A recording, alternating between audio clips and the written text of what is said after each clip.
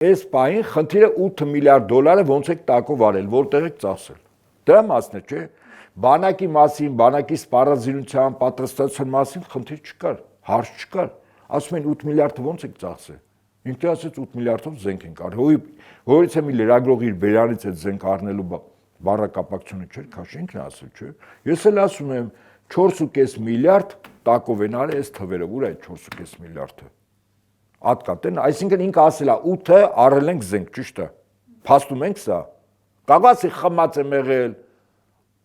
չեմ ջոգել ինչ եմ ասում, կամ Արարատի հետ եմ եղել, պարավոզ ենք անում իրար հետ խաղում։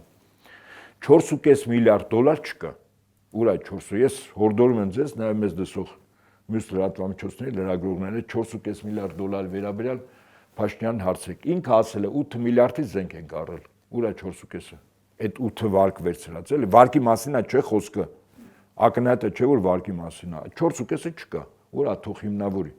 Իսկ 50 հոգու որ տանում են, նորից եմ ասում, իրան ավտոմատի դեմնու հետ է որ ցույց տա չի ջոգի։